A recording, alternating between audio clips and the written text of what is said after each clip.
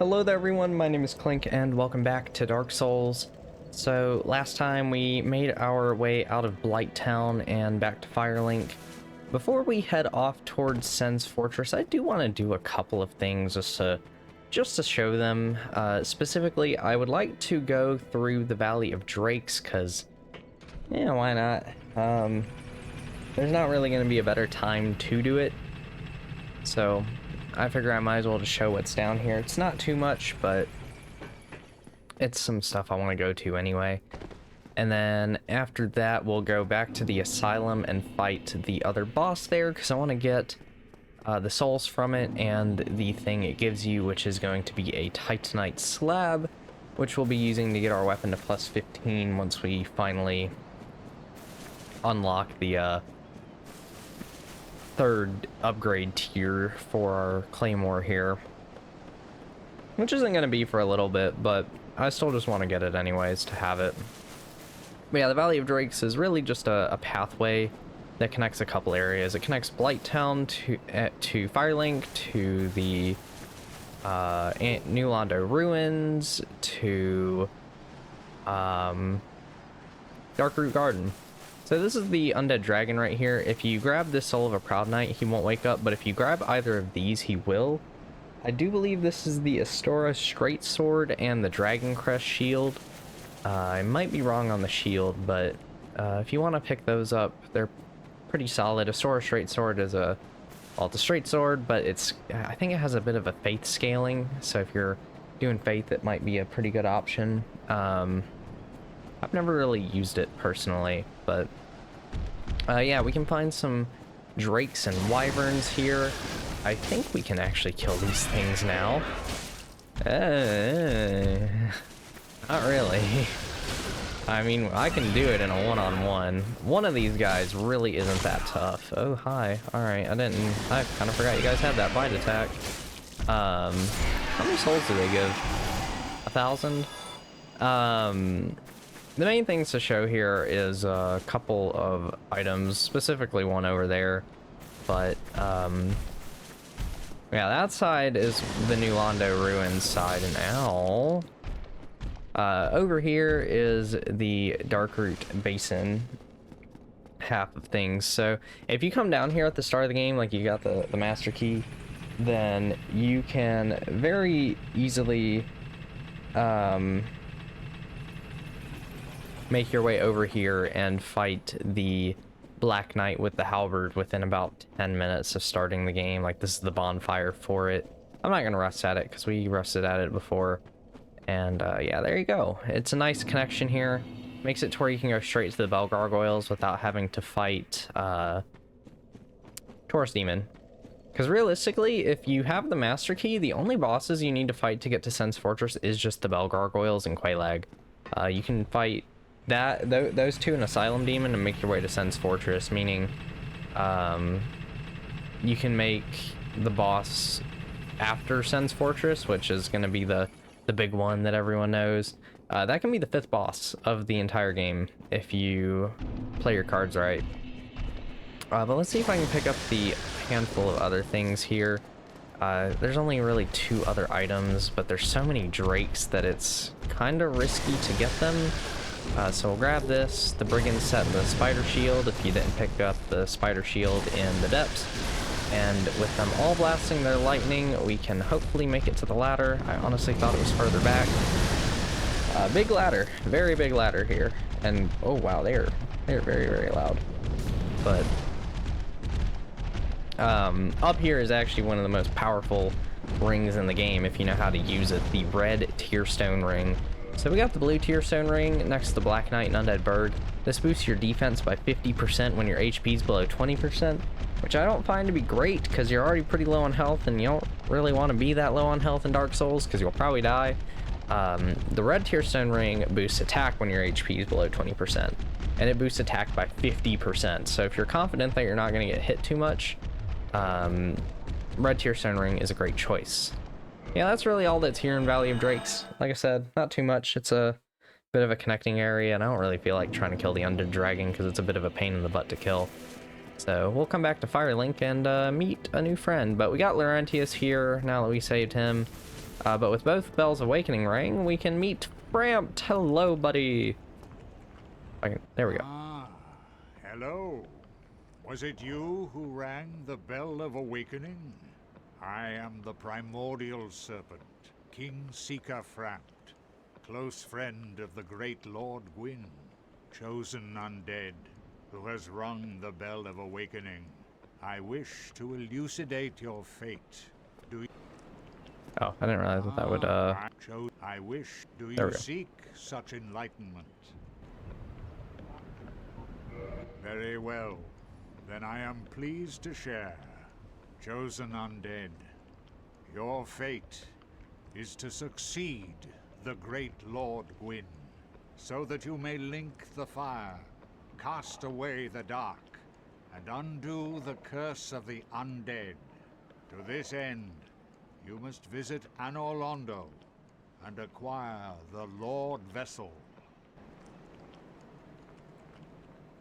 I am pleased. Is it something?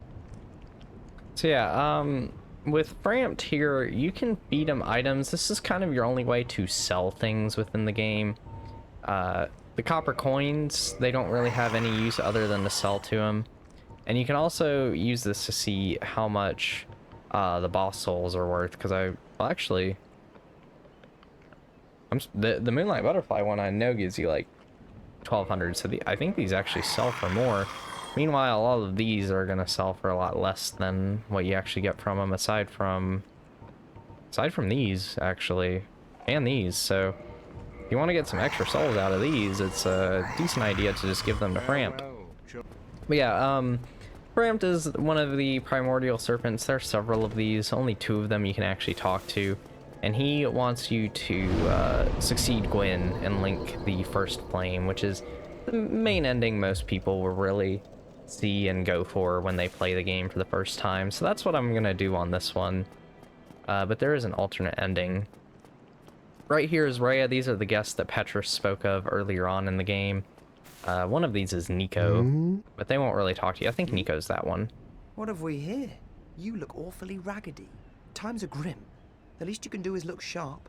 Don't you dare meet my lady like that. You might scare her off for good. This guy just poor shamed us. Jeez. All right. You are undead as well. Then we've no time to fraternize. I have my mission and you no doubt have yours. We must not let this curse overcome us. Yeah, Rhea won't say too much to you, but you can pretty much get out of them that she's going down into the catacombs, because she has the undead curse and she's after the rite of kindling to fix it. I don't remember why she thinks the rite of kindling is what she needs, but that is her goal. And let us go back to the asylum once again to go fight the boss there. I think realistically I recommend having a +10 weapon for this, but the +8 should do fine. If you're very comfortable with the fight, it's pretty doable with a +5. It's just going to take like 3 or 4 minutes to kill it. The boss is just a harder version of the asylum demon, so it's not like anything too crazy or anything. Bink. Bink. Stupid torch hollows. Alright, one more. That went pretty well. I am actually going to rest at a bonfire here this time, just because I'm not 100% certain that this boss will go well. He's in the middle. If you just walk to where that message was, you will fall through the floor. But let's, really? You guys are gonna prevent me from resting at the bonfire? Excuse me, jeez, alright. But yeah, it's, like I said, it's a harder version, only because of one added effect, though. Other than that, it's the same fight. Just be warned, when you fall, you still take fall damage for it, so that's kind of annoying. And be ready to just roll out of the way. But yeah, meet the Stray Demon. You could have actually seen this guy from the start. The main thing he does is some of his attacks will have this explosion effect to them. The explosion has a very wide reach that can be very annoying to deal with. But if you stick to his bum, he usually will spam either that slam attack or flying up in the air like so.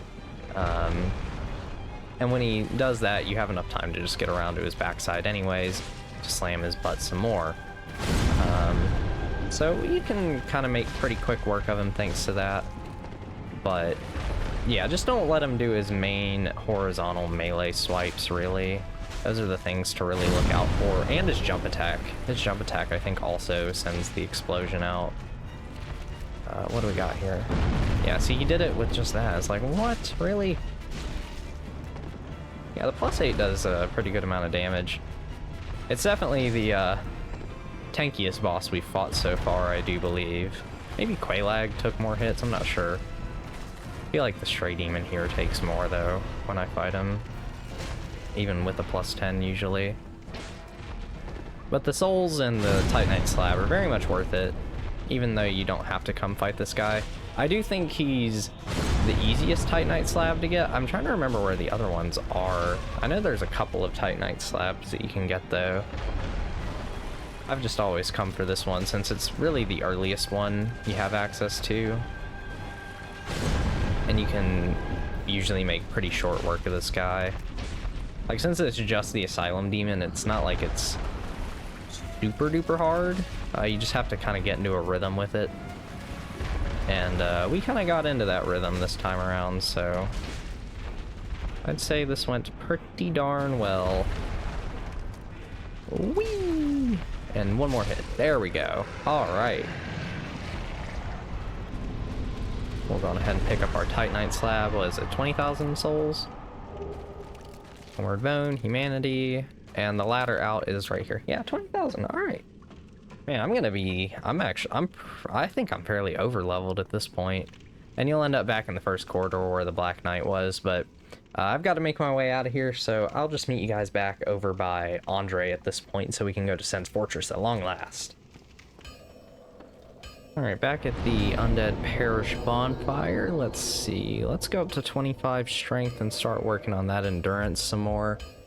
Already takes quite a few souls to level up, but I'm gonna go ahead and use all of our Proud Knight souls to kind of push us towards that next one, which 10,000, I think it's 12,000, these are 1,000 apiece, so we'll use these and go up to level 47, right? Yeah, alright. We'll probably hit 30 endurance.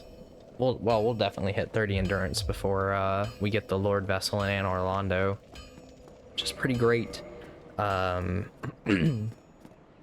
30 equip load is going to be where we're at, but 11.7, so that's 25.8, so I need 4 times that. Or sorry, 35, not 25. Whoops. Yeah, now that the gates to Sen's Fortress are open, we can head on in here. Be careful when you enter this place. You're gonna get greeted by man serpents, which can be kind of scary. There's a pressure plate right here, though. It'll really help you out. Has an arrow trap that really puts the hurt on these guys, so it can be quite useful to use that. Their greatsword here is the man serpent greatsword, by the way. It's a pretty solid weapon, it's a pretty good alternative to the claymore. It has better strength scaling. I was thinking about using it for this playthrough, but I decided to just stick with the regular claymore, but still a very good weapon that I would recommend. But yeah, Sen's Fortress here, one of my favorite areas in the game. I actually really enjoy this place. I think the swinging traps are really fun. It's just a very cool, dangerous area. Ooh. And I do mean dangerous, honestly. Can you give me something I can parry? There we go. Thanks, buddy. I'll just send you off the cliff with that. Yeah, I don't know how far I'm gonna make it into the area today. I'm gonna try to get a decent ways in. I have an idea as to where I would like to get to. Oh, dodge that. And then he's gonna hit these, and then we're just gonna run up to him and give him a running R1. Yeah, the ones that have forearms like this, they shoot lightning bolts at you. They're not very nice. And this chest right here is large Titanite shards. So that puts us up to +9. We only need 2 more. We can get a +10 claymore, which is not going to be too hard to reach, surprisingly. Now, this guy right here, you can leave him here. you can use them to break this wall down, but really you're supposed to use a boulder from up there. However, I'm not going to do that since I don't have the master key. I can't really do anything in there. I love this guy. Never gets old seeing him get hit like that. So I'm actually going to do that the intended way in the next video. And bonk. These guys, I have to admit, so these guys are a big increase in damage and health from previous enemies, but they're also just pretty tough to parry. The thrust attack isn't too bad, but their normal slash just has this really weird arc to it that makes it really difficult to parry, in my opinion. Or at least just a really strange parry timing. But it's something you can get down eventually. But I do still mess it up pretty frequently. It was interesting to try to go for that riposte. And then, there we go. Wait, did he drop something? No, I don't think so. There we go, okay. Yeah, I've got to be careful with these guys. Sometimes I'll really slip up and end up losing like 3 Estus to them. But yeah, over here we can meet a new NPC. You could have met him outside of Sense Fortress had I just walked up to the entrance beforehand, but I didn't, so we're meeting him now. Oh, forgive me. I was absorbed in thought. I am Siegmeyer of Katarina. Quite honestly, I've run flat up against a wall, or a ball to be precise. I'm afraid I'm a bit too tough to be outrunning those things. So here I sit in quite a pickle, weighing my options, so to speak.